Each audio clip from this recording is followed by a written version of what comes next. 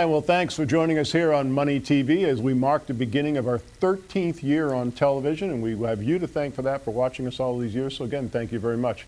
Well, what a week as we continue to monitor this bad reality show known as the U.S. Congress. And we're talking about this bailout program that was finally passed by the Senate, was rejected by the House earlier in the week.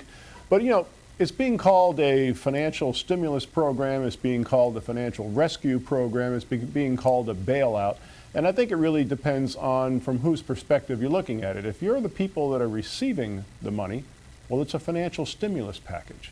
If you're the people that are voting for this package, in other words, you want to get reelected, you want to look like a white knight coming in on a horse, it's a financial rescue package. But if you're a taxpayer, it's a bailout package, or we're bailing them out. Of course, Money TV is a program all about money and what makes it happen. We've got a lot of exciting interviews in the program today. Remember this toll-free number, 888-259-4449. Toll-free number good from anywhere in the world for free information in the mail about our featured guests. When you do call, be sure and ask to be added to the subscription list of our Money TV newsletter. Again, the toll-free number is 888-259-4449, or visit us online at moneytv.net. And joining me in studio now is Mr. Riggs Eckelberry. He's the CEO of Origin Oil Incorporated, stock symbols OOIL. Riggs, good to see you again. Thank you, Don. It's a pleasure. Well, you're the beneficiary of a late satellite, so you get to go on first this week. Now, your company, I mentioned this when you were on the program last week, you're basically in the business of growing oil. Why don't you tell us again what the company does? Yes, Don. Well, we've heard a long time about algae, about its promise, and people have tended to think about algae as aquaculture. We're now thinking of it as an industrial process, much the way a brewery would operate. And this allows us to scale up algae not so much for food, but rather as a fuel. And that has tremendous potential.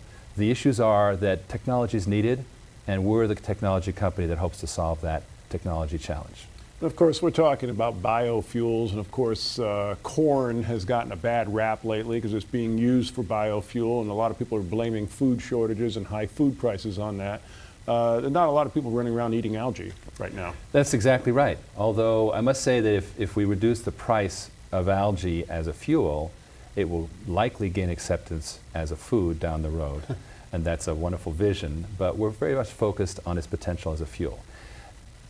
It's pretty much over for any biofuel that is a food. Okay. We just can't afford to starve the populations of the world Right. in order to run our SUVs. We also can't use up good land. And finally, we can't use up all this water that is required. Right. Algae is wonderful because it's only a marginal food today, more for pharmaceuticals really, or a supplement. And it's also doesn't use land in our particular vision. And finally, it recycles most of its water. I see. So since we last spoke, what's new with the company?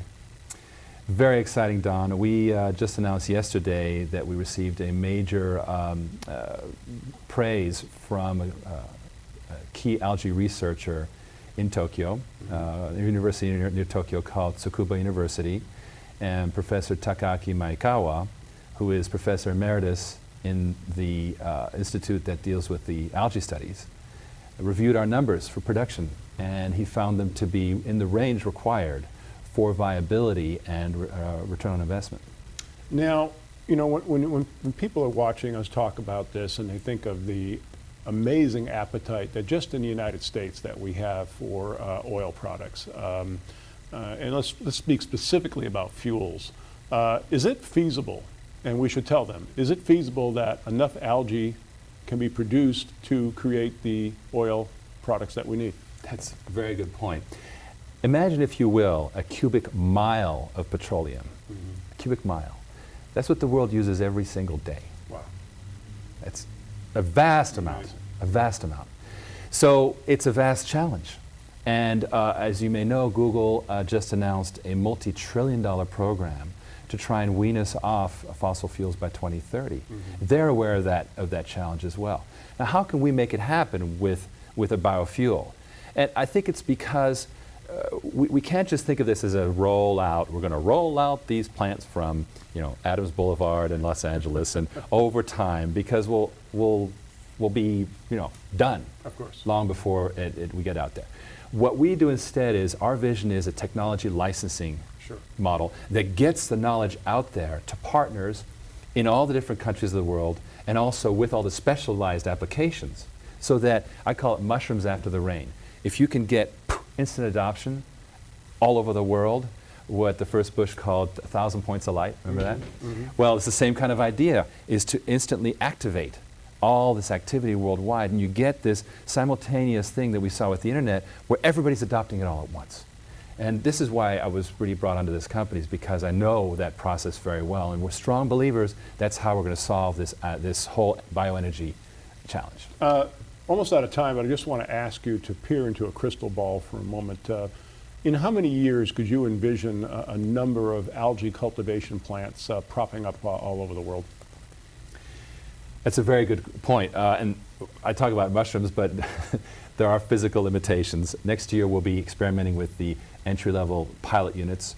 2010, we'll be building the first, what you might call breweries.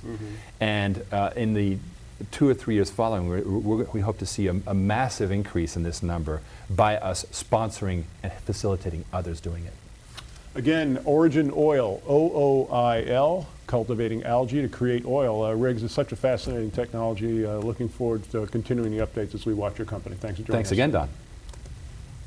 And joining me on the phone now is Mr. Tom Djokovic. He's the CEO of XNX Incorporated, stock symbols XSNX. Tom, good to talk to you again. Thanks for having me again, Don. Now, Tom, I know, of course, the company is involved in solar power. It's kind of a unique technology. Why don't you give us a quick overview of that again, please? Well, Don, we're building a factory up in Portland, in the Portland, Oregon area. It has a base capacity of 25 megawatts is our target, and essentially we build those rectangular glass-looking panels you might see on homes or building sides that kind of have a grayish blue kind of a tint to it. And when the sun hits it, it converts the solar energy into electrical energy for use by the structure or by utility. We've actually targeted utility scale type applications with our particular module. Now, what's new with the company since the 2 or 3 weeks have gone by since you and I last spoke? Well, we're ready to pull. Well, we've acquired a building and we've completed all of the initial demolition preparation for the renovation. The permits are ready to pull on the renovation side, and we've got actually all the contractors have completed giving us proposals. So we're ready to make a selection and move forward on the renovation side.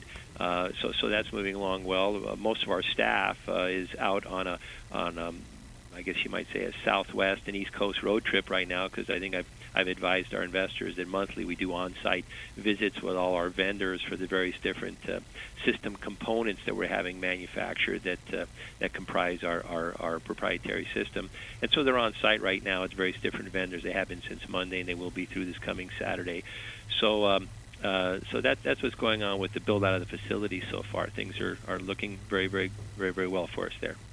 Okay, now real quickly, almost out of time, you mentioned there was some bill floating in Congress that might be of a benefit to you. Do you want to talk about that? Well, it's the investment tax credit, the ITC. It gives about a 30% tax credit for the installation of solar or renewable energy type devices, systems.